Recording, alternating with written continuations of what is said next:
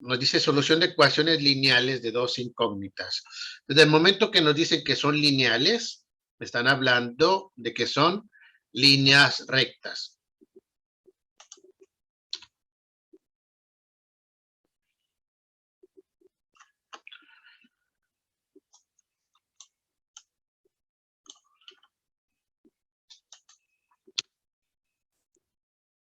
Tal como dijimos, una ecuación lineal va a representar una línea recta. Dentro del plano, ahora sí que bidimensional, lo que es el plano XY, tenemos ecuaciones lineales de una incógnita y ecuaciones lineales de dos incógnitas. La de una incógnita, podríamos decir como X igual a 5, Y igual a 4, X igual a menos 2, cosas así. Una letra igualada a un número, lo cual nos indicaría una línea totalmente horizontal, si estuviéramos hablando de una Y igual a un número, o una línea vertical si estuviéramos hablando de X igual a un número. Entonces, líneas así horizontales y verticales serían ecuaciones de una sola incógnita. Cuando estamos hablando de dos incógnitas, también estamos hablando de líneas rectas, en ambos casos.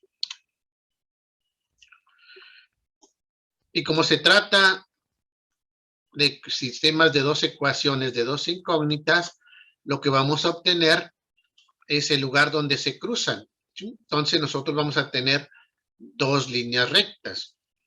Entonces la solución de ese sistema de ecuaciones es el punto en el cual se cruzan. Nunca se les olvide ese detalle, ¿sí? Porque a veces nos lo llegan a preguntar, dentro, como les digo, dentro de los conceptos teóricos que a veces no se evalúan.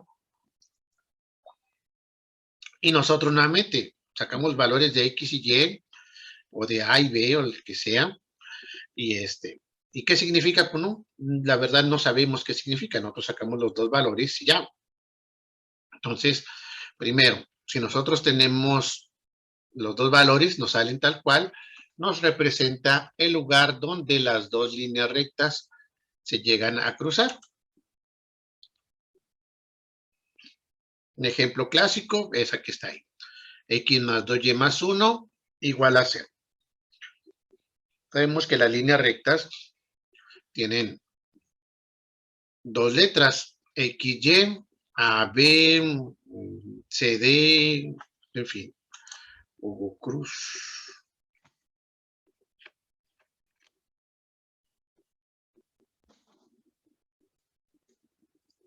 Entonces, por ejemplo, tendríamos una línea así, con ese grado de inclinación.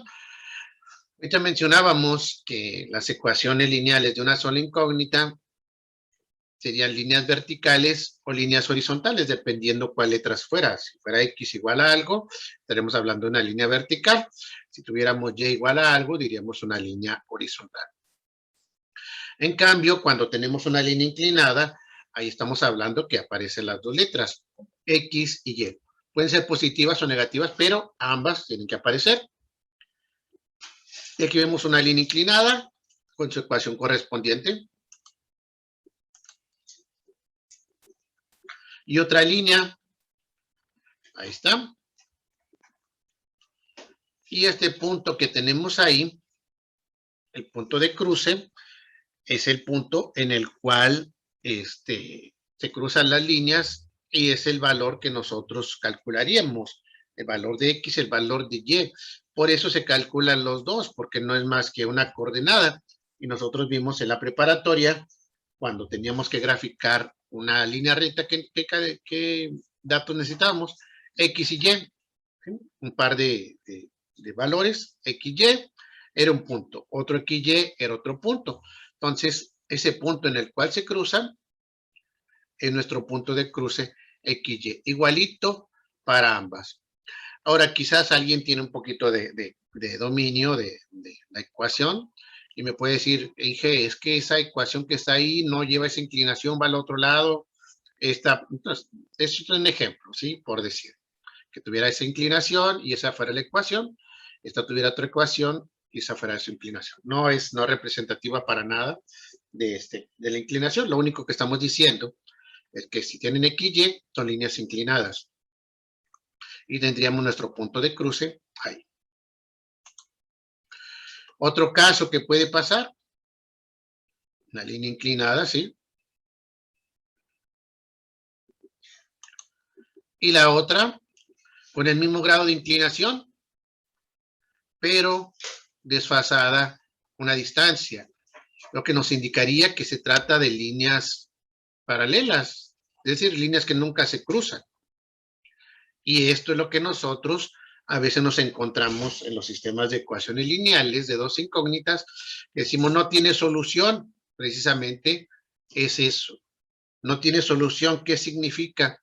Que son dos líneas que no se cruzan.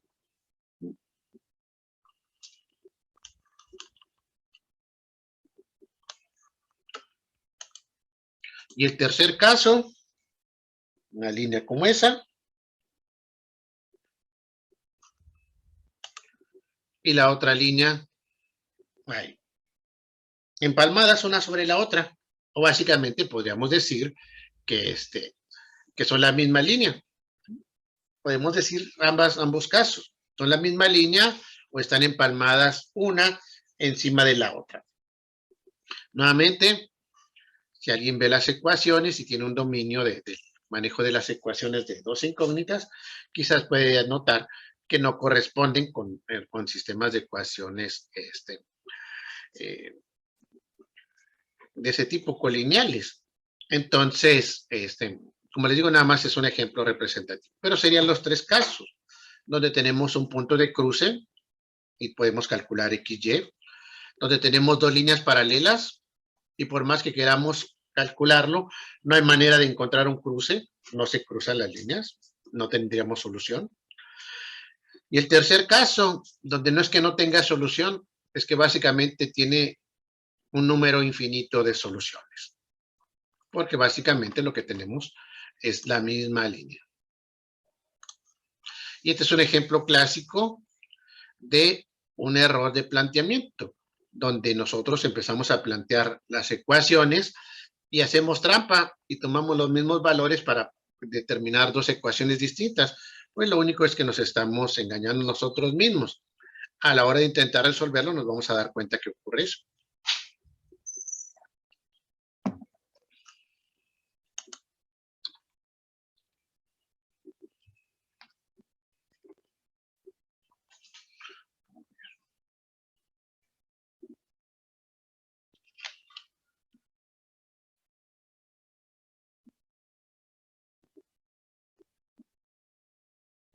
Okay.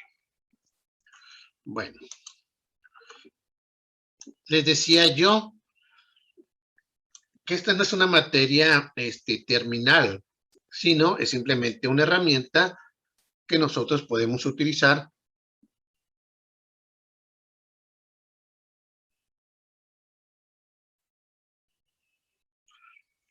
para solucionar ejemplos o quizás casos en nuestro trabajo, suponiendo que nuestro trabajo se prestara para eso. Aplicaciones donde se puede hacer dentro, por ejemplo, dentro de contabilidad, pero generalmente en contabilidad de costos. ¿Cómo calculamos lo que es el punto de equilibrio? El punto de equilibrio, ¿qué es dentro de contabilidad? Es el punto en el cual nuestro producto, a ver, Daniel Barraza. Profe, ¿y en contabilidad, álgebra, cambia algo?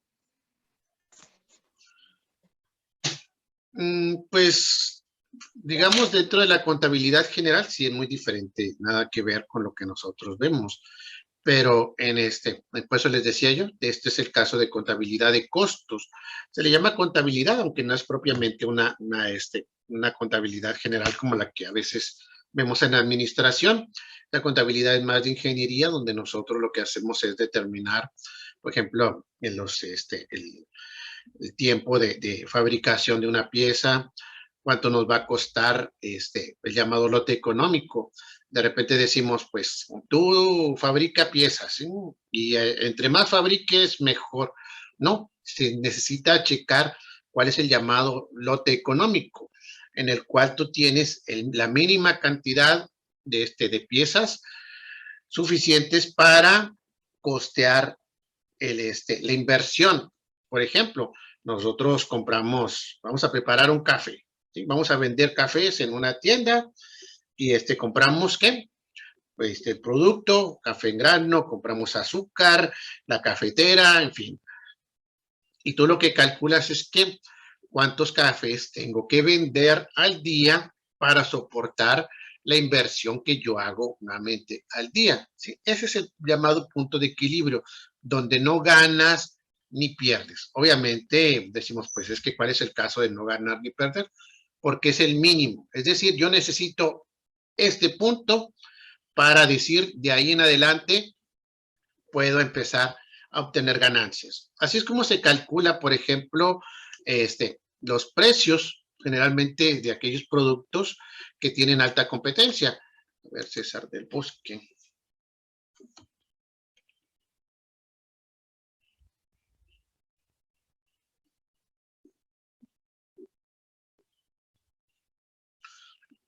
El caso típico, la Coca-Cola y la Pepsi. ¿Sí? ¿Por qué una cuesta de repente 12 pesos y la otra cuesta 12.50 y luego de repente la otra te la ponen a 2 por 24, en fin, así están. ¿Sí? ¿Por qué? Porque están jugando con ese punto. ¿Qué pasa si una de ellas dice, ¿sabes qué? Pues yo la subo a 15 pesos. Evelyn Escalante. La Coca, profe, la Coca vale 17, la chiquita. Sí, así es. Y la Pepsi vale más barata. Sí, ¿y qué hacemos la mayoría de nosotros? Pues compras Pepsi. Juan Quesada. Profe, y luego porque digamos la Pepsi no juega con ese punto, o quién es el que juega con ese punto, la Pepsi, ¿no? Porque está disminuyendo el costo. Sí, de hecho, ambos lo hacen. Lo único es que, pues, al menos aquí en nuestro estado, en nuestra ciudad, he sabido que la gente prefiere por sabor la Coca-Cola, aunque podemos decir que prácticamente saben igual, pero tenemos la idea de que la Coca-Cola sabe más rico. Por eso ellos venden más caro, ¿sí? Pero cuando hablamos de productos, como les digo, así que tienen bastante competencia, es así cuando se busca primero el punto en el cual dice, ¿sabes qué? Para que la Pepsi, yo a la presentación de 600 mililitros le pueda sacar una ganancia mínima, tengo que venderla en 12 pesos. Y de ahí no puedo bajar, porque si bajo, empiezo a perder. Dígame. Profe, ¿puede decirme cómo se saca el valor en el punto de equilibrio? Porque no lo recuerdo. Punto de equilibrio, lo que hacemos es determinar las dos ecuaciones, por eso decíamos que es una de las aplicaciones de nuestros sistemas de ecuaciones. Dos ecuaciones, primero el ingreso por ventas, aquí está. ¿Cuánto nosotros obtenemos o cuánto de nosotros vamos a obtener? La ecuación de los ingresos por venta. ¿Cuánto te cuesta o cuánto vas a vender cada producto? Voy a vender cada producto en 12 pesos, por decir. Entonces tú pones 12P o 12 veces, 12 por la cantidad de piezas. Y luego haces lo mismo, pero con los costos. ¿Cuánto te cuesta producir una Pepsi? El envase más la materia prima, más esto, más lo otro, más lo otro, más lo otro. Y obtienes tus costos. Pero si se fijan en el caso de los costos totales que aparecen aquí, se parte de un punto más alto. Esto se debe a los llamados costos fijos, que no son más que la nómina que se tiene que pagar cada semana, la luz que se tiene que pagar cada mes, el agua y así sucesivamente. Esos son los costos fijos. Por eso se parte de un punto más alto. Lo que tienes que pagar a fuerzas más lo que te cuesta producirlo cada una de las piezas. Y el cruce, ese cruce es de lo que son las ventas, lo que yo vendí y lo que yo invertí en nuestro llamado punto de equilibrio. Y podríamos decir que ese sería el precio al cual tendríamos que vender nuestro producto para quedar tablas. le subimos un poquito para obtener utilidades y a partir de ahí ya nosotros diríamos que sería la ganancia. Entonces, una de las aplicaciones que tendríamos para los sistemas de ecuaciones lineales. Eso para los que van, por ejemplo, para administración. Los que van quizás para mecánico, se toparían con algo como esto. Más adelante lo van a ver, la ecuación de Bernoulli dentro del tema de mecánica de fluidos. Ahí van a ver, por ejemplo, el cálculo de velocidades. ¿Sí? Generalmente el cálculo de velocidades y el cálculo de presiones. Se fijan, son dos ecuaciones, presiones y velocidades, dos incógnitas. Ya dependiendo del problema que se plantee, se puede solucionar de una forma o de otra. Es ahí la importancia de que veamos cuando se pueda algún ejercicio, resolverlo por varios métodos. Porque no para que nos acomodemos al que mejor nos sintamos a gusto, sino va a haber casos en los cuales, ¿sabes qué? Como el de contabilidad, el contabilidad de costos, ese se resuelve por el método de eliminación. No hay vuelta de hoja, ¿sí? Si tú le buscas por otro método, te vas a complicar la vida como no tienes una idea. Entonces, el método de eliminación. Ese es el más fácil. Sí, es el más fácil. Pero luego llegas aquí a la ecuación de Bernoulli y por más que busques plantearlo por el método de eliminación, no se puede. No hay manera de que lo plantees de esa forma. ¿Qué haces? El método de igualación es otro método. Pero ¿qué pasa si yo quiero utilizar otro, el que ya me sé? No, no hay manera de que tú plantees la ecuación de Bernoulli por otro método que no sea el de igualación. A ver, Abdiel Martínez. Esa es la razón por la cual, como les mencionaba, tratar siempre de ver 1, 2, 3, 4 métodos distintos, si es posible todos los que se pueda, para un mismo problema o un mismo tipo de ejercicio, para que más adelante, cuando ustedes lleguen a sus clases, como les decía, suponiendo que van a administración, cuando vean costos, cómo se hace o cómo se aplica el método de dos incógnitas por el método de suma o resta o eliminación. Y cuando lleguen a mecánica de fluido, los que van a mecánica van a encontrarse con lo que es la ecuación de Bernoulli y la ecuación de continuidad. Se resuelve por el método de igualación y ya ustedes lo puedan asimilar más fácilmente y no complicarse con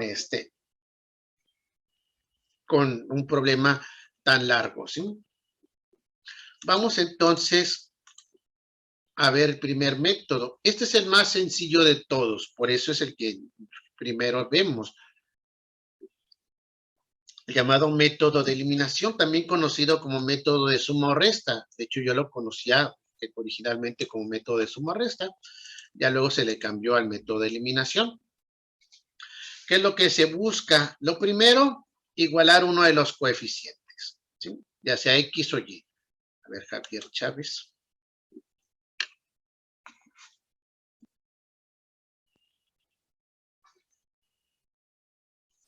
¿Sí? Ya sea X o Y, cualquiera de ellas, buscar igualarlo. ¿Y cómo se iguala? Pues buscar, simplemente multiplicamos o dividimos una o ambas ecuaciones, ¿sí? Entonces tenemos, por ejemplo, esas dos ecuaciones. Yo necesito igualar X o igualar Y. ¿Qué hago? Pues, por ejemplo, si quiero igualar X, digo, un número que multiplicado por 2 me dé 10, o un número que multiplicado por 10 me dé 2. Si quisiera igualar Y, ¿qué haría? Un número que multiplicado por 3 me dé 5, o un número que multiplicado por 5 me dé 3. ¿Sí? Ya sería cuestión nuevamente de práctica.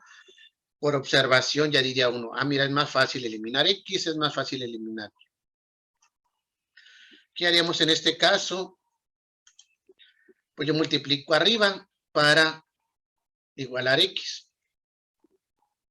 Un número que multiplicado por 2 me dé 10, pues 5. pero le pongo el menos. ¿Por qué el menos? Para tener el mismo número, pero con signo contrario. Menos 5 por 2 me va a dar menos 10. Y entonces al multiplicar, multiplico por toda la ecuación. Menos 5 por 2 va a dar menos 10. Menos 5 por 3 va a dar menos 15. Menos 5 por 4, menos 20. Importante, este 0 también se multiplica. Menos 5 por 0 va a dar 0. Pero es importante tener en cuenta que lo que esté después del igual también se multiplica. Generalmente es un 0, pero no es una regla. A veces nosotros tenemos por ahí un valor y estamos tan acostumbrados a no multiplicarlo porque siempre vemos el 0, que el día que nos ponen un número ahí no lo multiplicamos. Entonces, por eso hay que hacer bien esa aclaración. Sí se multiplica, lo único es que 5 por 0 es 0, por eso va a quedar lo mismo. Entonces nosotros multiplicaríamos aquí arriba y nos quedaría de esta forma. Menos 5 por 2 menos 10, menos 5 por 3 menos 15, menos 5 por 4 menos 20 y menos 5 por 0, 0. Bajo la segunda ecuación.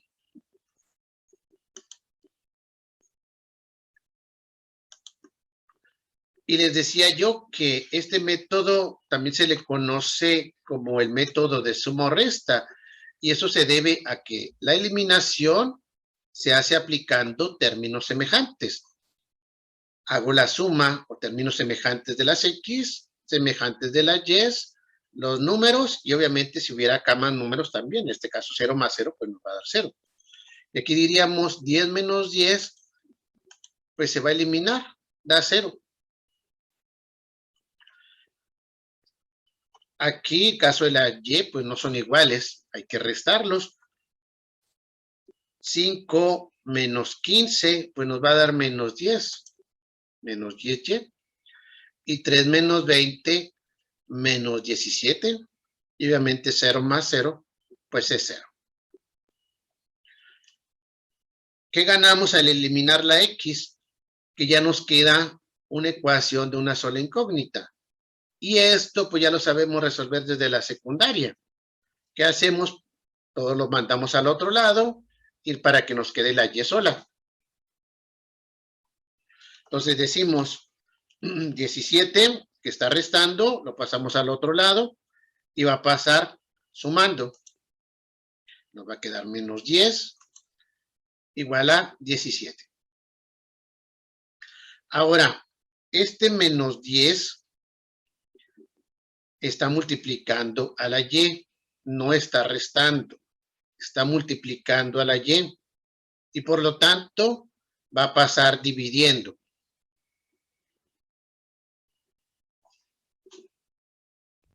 Entonces lo pasamos y al pasar dividiendo va a seguir siendo menos 10.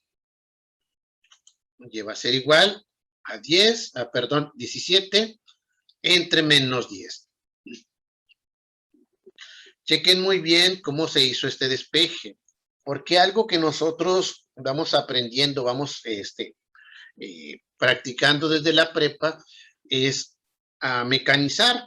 Y de repente mecanizamos tanto que cometemos errores de concepto. ¿Sí? Incluso los mismos maestros a veces cometemos errores de concepto al tratar de agilizar o dar por sobreentendido algunas cosas. Decimos, este 17 que está negativo lo pasamos al otro lado y pasa positivo. No, no es que esté negativo y pasa positivo. ¿Sí? Decimos, así ahí se ve que sí, estaba negativo y pasó positivo, pero no es por eso que cambió de signo. Pasa con su operación contraria. La operación contraria a la resta es la suma. Está restando, pasa al otro lado sumando. Profe, entonces esa es una regla, siempre va a pasar a ese lado. Así es. De hecho, al menos es una convención, ¿sí? Que las letras de forma casi, como les digo, de forma general, todo el mundo, todos los autores coinciden en que la letra o las letras se quedan del lado izquierdo y los números se quedan del lado derecho, aunque no es una ley. Como les decía yo, cuando vean el tema de mecánica de fluidos, sobre todo en ese tema, van a ver que a veces por conveniencia o facilidad, las letras las dejan del lado derecho y los números del lado izquierdo, pero esto es más que nada una convención. Las letras a la izquierda y los números a la derecha, ¿sí? Profe, entonces, ¿cómo se puede decir? La convención es que las letras a la izquierda y los números a la derecha. Así es. Sí, como les digo, no es una ley que siempre tenga que cumplirse, pero por convención, por, digamos, uniformidad, que todos sigan esa forma de trabajar, así es como se hace. Profe, ¿Sí? una duda más. ¿Por Sí. qué comentó que el signo menos del 10 sí iba a multiplicar, pero al final fue una división? Ajá, sí, es lo que les estaba diciendo.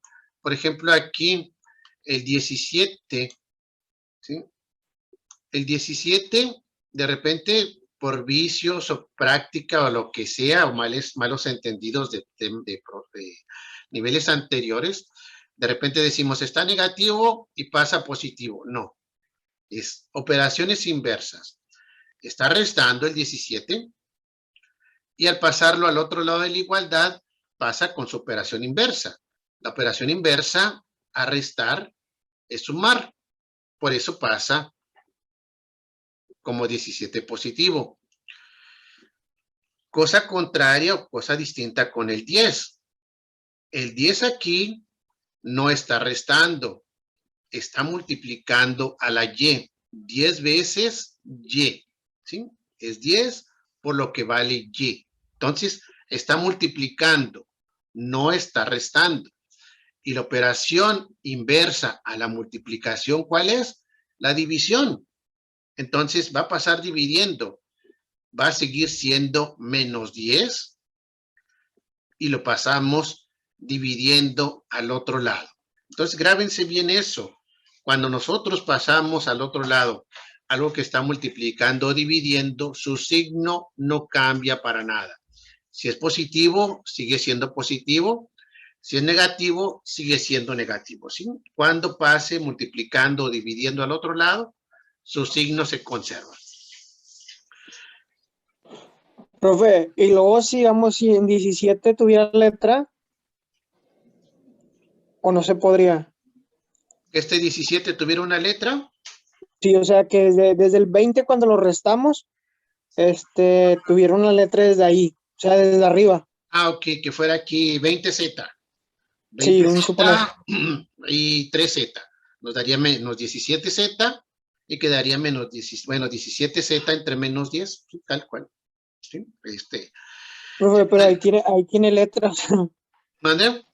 Ahí tendría letra, entonces no sería a la derecha con el menos 10. O sea, a fuerzas tiene que pasar a la. Ah, no. A ver, ya me revolví. Ah, ok, ya le entendí. Ok, el 17 al tener una letra distinta en ese caso, sí lo pasaríamos a extremos distintos. De un lado una letra, del otro lado otra letra, ¿sí? Tal cual. En este caso lo que estamos calculando es la Y, entonces la letra que estamos calculando sería la que se pondría a la izquierda y la otra sería a la derecha, ¿sí? Entonces, sí sería, Ah, ok, ya. ¿ok? Sí, para que Perfecto. quede más claro. De hecho, cuando veamos más adelante el sistema de 3 ecuaciones con 3 incógnitas, es lo que nos va a quedar. Por ejemplo, Y igual a 8Z entre 4. ¿Sí? Así, de un lado la que vamos a calcular y la que sobra del otro lado. Bueno, ya tenemos entonces nuestro resultado sería 17 entre menos 10. Ya si quisiéramos ser más estrictos, pues aplicaríamos la regla de que más entre menos es menos y quedaría menos 17 entre 10, como generalmente lo hacen los autores. El signo de menos ponerlo en la parte de arriba de la fracción. La mayoría de los autores lo que hacen es utilizar así la fracción para seguir trabajando. Yo pues lo que hago es hacer la división. 17 entre menos 10 nos da menos 1.7. ¿Por qué hago la división? Pues para no complicarles el trabajo. La idea nuevamente es aplicar la herramienta, que ustedes sepan cómo utilizarlo, y ya el concepto de trabajar en fracciones o trabajar en punto decimal, pues ya depende de cada maestro. Hay maestros que les van a decir, no, tienes que trabajar con fracciones, sabes cómo hacerlo, que si como un denominador, que productos cruzados, ese tipo de cosas, bueno, pues ya es cuestión de cada maestro y se complica un poquito más el proceso, pero no es nada que no sepamos hacer. Dígame, Profe, Rafa, sí. discúlpeme, pero No, dígame. ¿cuál era la leyenda, por decirlo así, leyenda, que pasaba dividiendo? Ah, ok, la regla. Sí, la regla dice Sí. que cuando tú estás multiplicando, como aquí, el 10 está multiplicando, pasa dividiendo. Simplemente la operación contraria.